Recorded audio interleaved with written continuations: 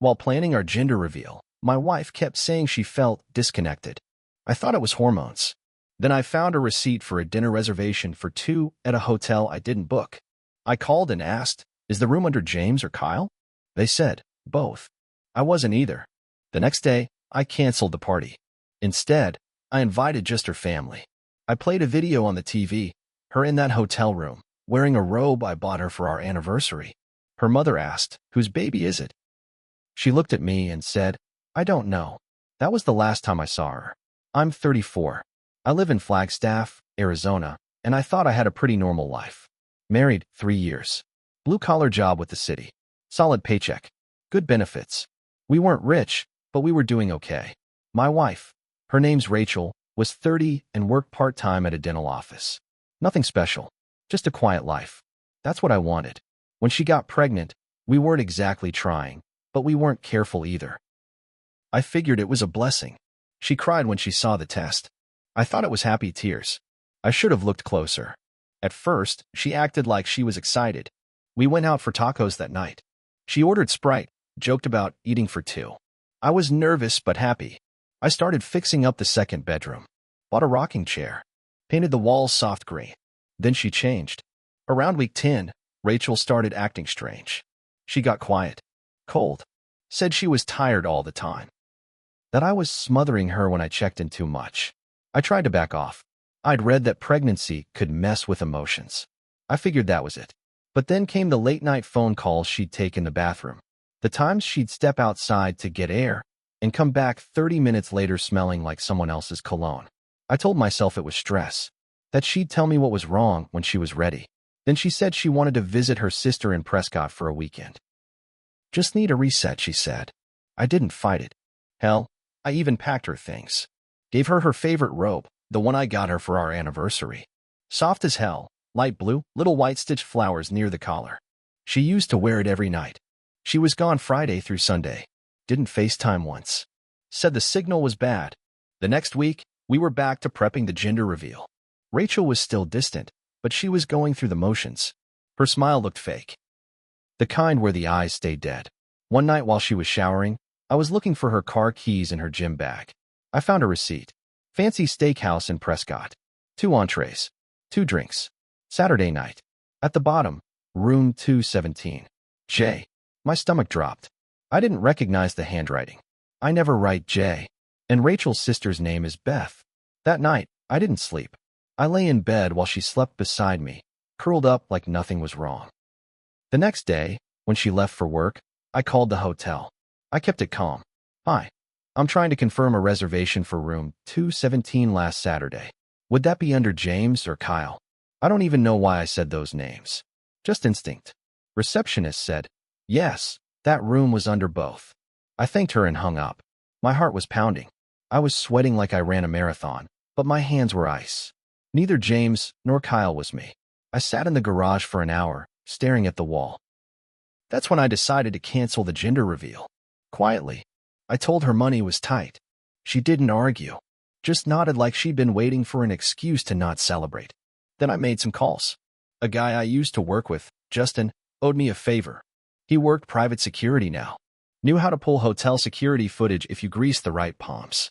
I told him what I needed. He said give him 3 days. I spent those 3 days in a fog. I still talked to Rachel. Still acted normal. But I was gone inside. The footage came on a flash drive. He handed it off to me behind a Circle K. I waited until she left to visit her mom before watching it. I sat in front of our TV with the lights off and hit play. There she was, walking into room 217. Not alone. One guy was white, maybe mid-30s, rough beard, leather jacket. The other was black, tall, clean-cut, younger, maybe late 20s. She kissed both of them in the hallway before they went inside. She was wearing the robe. The one I bought her. That's when the sound came in. Just faint. Her voice giggling. "You guys owe me dessert after this." My chest caved in. I watched the full 8 minutes of footage. I didn't want to, but I had to. It wasn't porn. Just enough to confirm everything. Enough to destroy me. I sat there until the sun went down. Didn't cry. I think I'd already done that years ago, when I gave her everything. I spent the next day setting everything up. I told her the reveal was back on it. But just her family this time. Said my side couldn't come. They were busy. She looked relieved. Her mom brought cupcakes. Her dad brought lawn chairs. Her brother brought a camera. Everyone thought it'd be a good day. I waited until everyone had settled in. Then I turned on the TV. Said, "Before we do anything, I want to show you all something I put together." I hit play. No music. No sound editing. Just raw footage. Her mother gasped. Her dad looked like someone hit him in the chest with a shovel. Her brother muttered, "Jesus Christ." Her cousin cried. Rachel didn't say a word. When it ended, her mother asked, "Whose baby is it?" Rachel looked at me. She opened her mouth, then shut it, then whispered, "I don't know." I didn't say anything else. Just walked out the front door. I didn't go far after I walked out. Just around the block.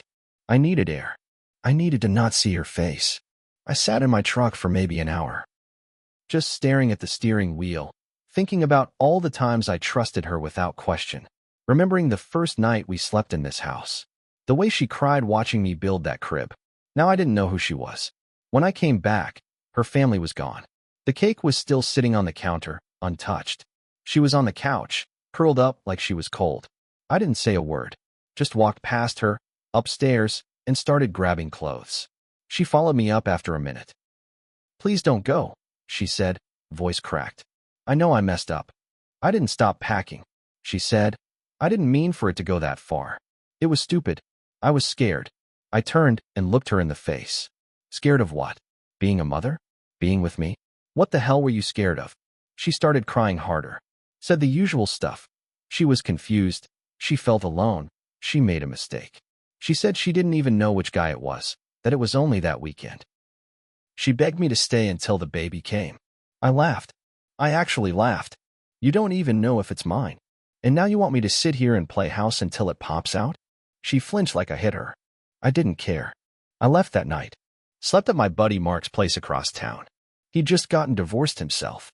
His couch smelled like stale beer and dog, but it was better than sleeping next to a stranger in my own bed. Over the next few weeks, I filed for separation. Told her I wanted a paternity test. She agreed right away, which made me even more suspicious. A few days later, she sent a text. "I want to come clean about something. Can we talk?" We met at a park. Public, open. I sat on a bench. She showed up wearing sunglasses, said it was because she couldn't stop crying. "I didn't meet them in Prescott," she said. "I'd been seeing them before. Online first, then in town." That hit harder than the video. Prescott had been one thing. One weekend. This minute had been happening while I was still rubbing her back and reading baby books. "How long?" She looked down. 5 months. I stood up, walked 10 feet away, came back. "You were sleeping with 2 other men while trying to have a baby with me." She shook her head. "I wasn't trying. I wasn't careful." "You think that makes it better?" I walked off again. Couldn't look at her. Then she said it. "One of them might want to be involved if it's his." I turned around so fast she stepped back. "You told them?" She nodded. "I didn't think it'd matter," she said. I thought it was yours." I didn't answer. I just walked away. A week later, the DNA test came back. 0%. Not mine. She tried calling. I didn't pick up. Then came the message from a number I didn't know. It was Kyle. Said he was willing to step up. That he and Rachel had been emotionally involved, but didn't know about me. Said James was the one who got her into the hotel thing. I stared at the message, then blocked the number. A few days after that, Rachel's dad called me. Said he wanted to meet. Said he owed me that much. We sat at a diner just off Route 66. "I didn't raise her like this," he said. "I don't know what happened." I told him I didn't blame him. Then he said something that stuck with me. "She's telling people you set her up. That you planned the reveal to humiliate her." I blinked. "She cheated." "I know," he said. "I believe you. But not everyone does." That's when I realized she was trying to flip the story. I went home that night and pulled every text, every call log, every piece of that footage onto a flash drive. Sent it to my lawyer. Told him I wanted every bit of that kept on file. Just in case. 3 days later, Rachel showed up at my work. She was crying. Said she'd lost her job. Said people were whispering at the grocery store. "You ruined my life," she said, shaking. I didn't flinch. "You did that yourself." Then she did something that chilled me. She smiled. "You think this is over?" That smile haunted me. It wasn't sad. It wasn't angry. It was sharp. Cold. Like she wasn't done yet. Like she wanted to take something else from me. I didn't answer. I just walked back inside. My supervisor gave me a look, but didn't ask. I was already behind on hours from the last few weeks. I told him I'd work overtime. Needed to keep busy. The next day, Mark texted me. Check Facebook. I hadn't been on in weeks, but I logged in. There it was. A long post from Rachel. Photo of her with her hand on her stomach. Caption read, "Being a mom is hard enough, but doing it alone because someone tries to destroy your life out of revenge? That's harder. I made mistakes, but no woman deserves to be treated like an animal. My baby deserves love, not hate. Please be kind." Hundreds of likes. Dozens of comments. You're so strong. Men are trash. You don't owe anyone an explanation. I stared at the screen, heart pounding. She was spinning the whole thing, painting herself as a victim. I scrolled until I found one that made me stop breathing. A comment from James. Proud of you. Always here if you need anything. I clicked his profile. Open. Public. There were pictures. Of Rachel. Of her pregnant belly. And in one of them, dated 3 days ago, he was holding her hand. That's when I realized she wasn't just trying to save face. She was rewriting the whole story, and people were believing her. Even worse, some mutual friends had unfriended me. A few blocked me. One even messaged, "Dude, you ambushed her at her own gender reveal? What the hell's wrong with you?" She was turning it into my shame. I talked to my lawyer the next morning, told him what was happening online. He nodded, said, "She's controlling the narrative. You either let it die down or fight back. But if you fight, it won't be clean." I asked what he meant. "She can claim harassment, defamation, drag you through family court, maybe even play the emotional abuse card." I left the office sick to my stomach. That night, Mark and I drank until 2 a.m. I told him everything. He said the quiet part out loud. "She's playing chess, man. You're playing checkers." 2 days later, I got a call from the city HR. A complaint had been filed, anonymous, but they said it involved a hostile incident with a pregnant woman. Said I'd been threatening her. I asked if they had evidence. They said they were reviewing it, but I was being placed on leave for now. Protocol. I didn't need to guess where it came from. Rachel was trying to destroy me, not just emotionally. She wanted me jobless, alone, and broke. I didn't cry. I didn't scream. I just sat in my truck outside HR and stared ahead, breathing slow. She started this war. She didn't know who she was fighting. The next morning, I woke up before the sun. Sat on the edge of Mark's couch, staring at the floor. I felt like I was sliding off a cliff and couldn't grab onto anything. Rachel wasn't done. She was going to take everything. My job, my name, maybe more. I went in my truck, pulled out the folder I kept locked in the glove box. Inside were copies of the hotel receipt, the DNA results, screenshots of her texts, and the full video footage burned onto a flash drive. I even printed out James's Facebook photos. Every move she made, I had it tracked. I sent it all, every bit of it, to her job, to her family, to every person who commented on that post calling me a monster. No notes, no explanations, just the files. I wanted the truth to speak for itself. Then I took the final step. I sent it to Child Protective Services. I told them I believed Rachel's pregnancy might involve 2 men, neither of them prepared to raise a child, and that she was using online relationships during the pregnancy. I attached the video. I didn't lie. I told the full story, word for word. I gave them my name. Then I sat back and waited. The fallout hit within a week. Rachel was fired from the dental office. Her Facebook went silent. The post disappeared. I heard through Mark's cousin, who worked near the same clinic, that Rachel had been reported for behavior unsafe for an expectant mother. CPS had visited. She was still pregnant, but now under scrutiny. James? He messaged me. I didn't know, man. I swear. I'm out. Kyle. Never heard from him again. Rachel's parents?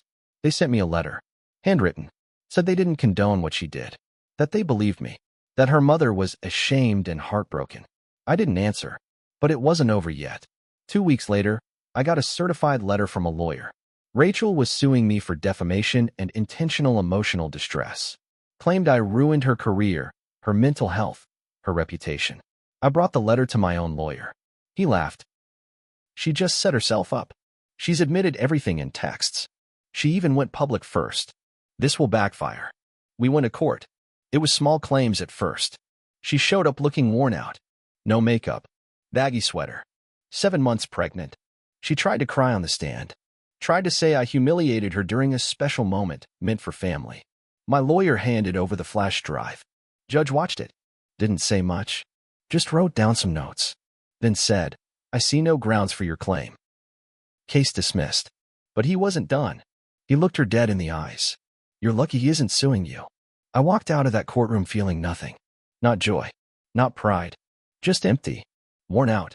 But then the final blow came. A few weeks after the baby was born, I got a message. From Rachel. A picture of the baby. Dark skin. Full head of curls. She wrote, I think it's Kyle's. I didn't answer. The next day, I filed to finalize the divorce. No custody, no support, no contact. I moved to Payson a month later. Changed my number. New job. Quieter life. Sometimes I still think about the day she stood in front of her whole family wearing the robe I bought her, not knowing I had the truth in my pocket. And I remember what her mother asked. Whose baby is it? Rachel looked me in the eyes and said, I don't know. That was the last honest thing she ever said.